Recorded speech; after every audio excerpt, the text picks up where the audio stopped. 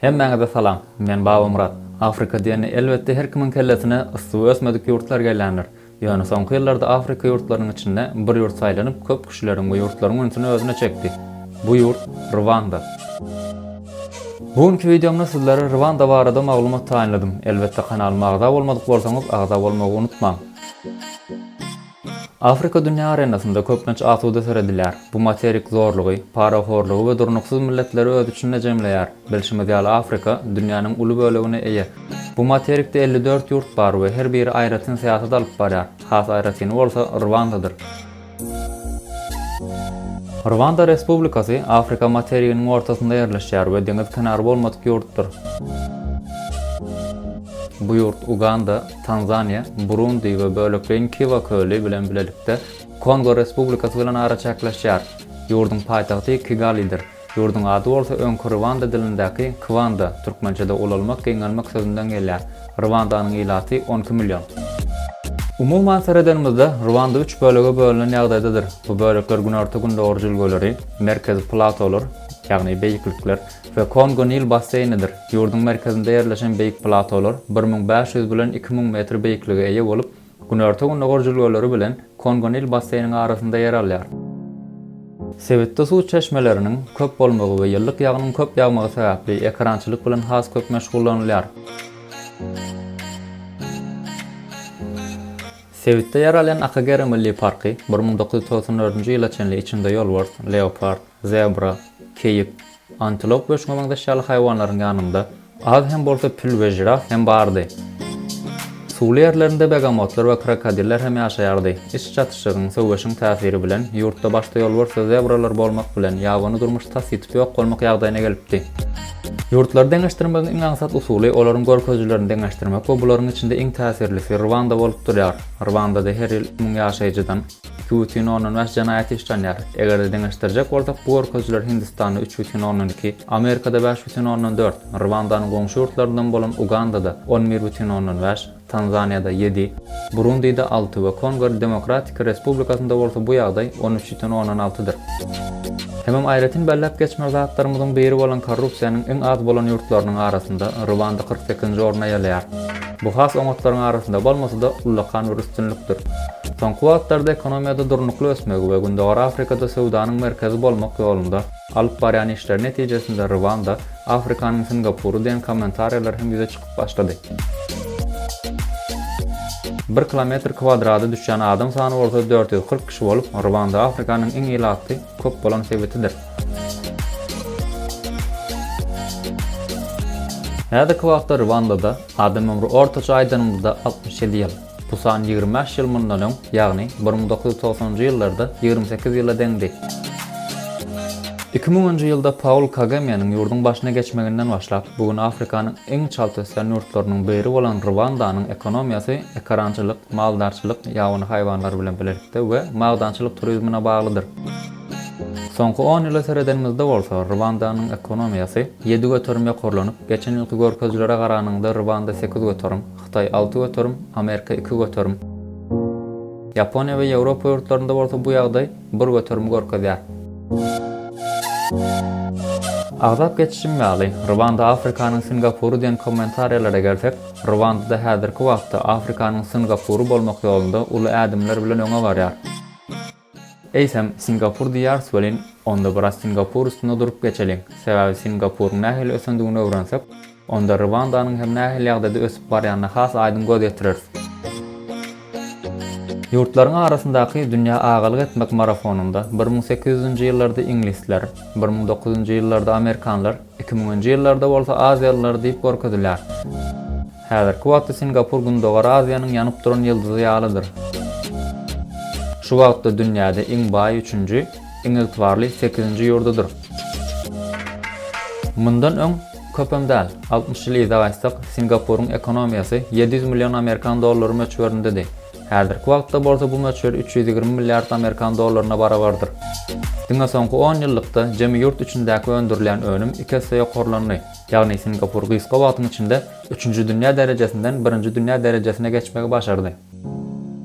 Dünýäniň iň uly 20 kompaniýasyndan 15-si Aziýanyň iş merkezi hökmünde görülen Singapurda öz işini alyp barýar. Eýsem bular bu üstünlügi nädip kazandy? Bu üstünlügi 3 faktora baglap, şol faktorlar üstünde hereket etdiler. Bu faktorlar bolsa, birincisi geografik merkezlilik, ikinci siyasi durnukluluk, üçüncü iş etmeň aňsatlygy. Rwandanyň döwlet başçysyny bolsa öz wezifesiniň ýanynda şu 3 faktorany öz döwletinde amala aşyrmak üçin hereket etjekdigini belläp geçdi.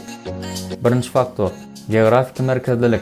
Singapur Hawa ýolları häzirki wagtda dünýäniň en gowy ikinji hawa ýolları kompaniýasy bolup durýar. Bu hawa ýolları arkaly Singapurdan 8 sagatdan az wagtyň içinde Birleşen Arap Emirliklerine, Katara, Hytaýa, Hindistana, Gündewar Aziýadaky esasy iş merkezleriniň hemmesine baryp bolýar. Bu bolsa ören gowy mümkinçilikleri ýüze çykarýar. Rwanda Singapur'un Aziýada bolşy aly, Afrikanyň yerli söwda merkezi bolmagy maksat edilýär. Bu nukla nazardan seredenimizde Rwanda yerleşen materiýanyň geografik merkezinde yerleşip, töweregindäki iş ýerlerine iň ýakyn sewi tökmendedir. Bir ýurdun dünýä ýüzünde hyzmat görkezmekde bäsdeşlik edýän bir hawa ýollarynyň bolmagy, ol ýurdun materiýanyň merkez söwda nyhody ýagdaýyna getirmekde rol ören uludur. Rwandanyň özüne maksus bolan Rwanda Air, Rwanda hawa ýollary bir näçe kiçirek işler geçirip ulaldy. Materikleriň arasynda ulanýan täze uçarlar satyn aldy we häzir bolsa paýtagy Kigali'den Afrikanyň köp ýerlerine, Dubaýa, Brüssele we Londona gatnawlary amala aşyrýar. Ýene-de belläp geçmeli zadymy Hytaýyň iň uly ýarmarkasy, Hytaýyň eksport we daşardan getirilen import edilen mallar ýarmarkasy bolan Guangzhou'ya we New York şäherinde hyzmat görkezmekçidigini aýtdy. Entek Günorta Afrika materikdäki uly ýurtlaryň derejesinde bolmasa da baglanşyklaryny gowy ýagdaýda ýöredip, ädim-ädim ösmegine dowam edýär. Singapur'un ekonomiýasyndaky üstünlügiň ikinji basgançygy bolsa siyasi durnuklulukdur. Dünýä bankynyň ýurtlary siyasi durnukluluk we terror ýoklugy ýagdaýyna seredip, derejelendiren sanawynda Singapur hayran galdyrjy ýagdaýda ýüz götürüm üstünlük bilen dünýädäki hemme ýurtlardan diýen ýaly üstün geldi. Bu ýagdaýda aşyry ýurtlardan gelen investorlar, ýagny maýa goýumçylar, Aziýadaky beýleki ýurtlaryň ýerine Singapur saýlamagynda uly rol oýnaýar. Sebäbi investorlar maýa goýumlaryny syýasy durnuklulugyň tiz ütgemeýän bir ýurtda goýmak islerler. Maýa goýumyny goýjak ýurtlarynda kanunlaryň her ýyl ütgemegini islanoklar. Rwanda %48 götürüm bilen syýasy durnukluluk sanawynyň ortasynda. Bu hayran galdyrjy bir ýagdaý däl. Ýöne Afrikanyň ortaça görkezijisi %31-digini nazara alsak, Rwandanyň gaty ýerdedigini göz etdirýär. Geçen ýyllarda bu sanawy göz öňünde tutup Germaniýanyň öňde barjy maşin markasy Volkswagen 20 million maýa goýumlyk Amerikan dollary bilen Rwandada bir fabrika gurdy.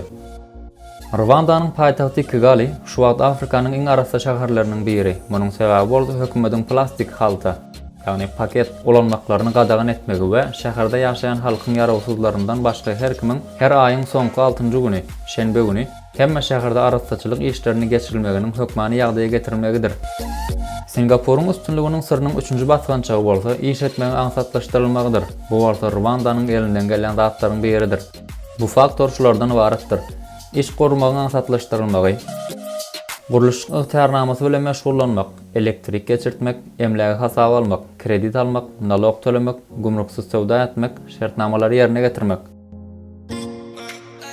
Rwandanyň dünýäde iş etmek aňsatlygy indeksinde 29-njy orunda bolmagy, beýleki Afrika ýurtlarynyň arasynda iň ýokarky orunlarda görkezýär. We Gollandiýa, Şwetsariýa, Ýaponiýa ýaly ýurtlar bu sanawda Rwandadan aşakda ýer alýar. Bulary edip bilmek üçin Rwanda bir näçe ekonomik, kanuny reformlar bilen işe görelik üçin amatly gurşap edindi.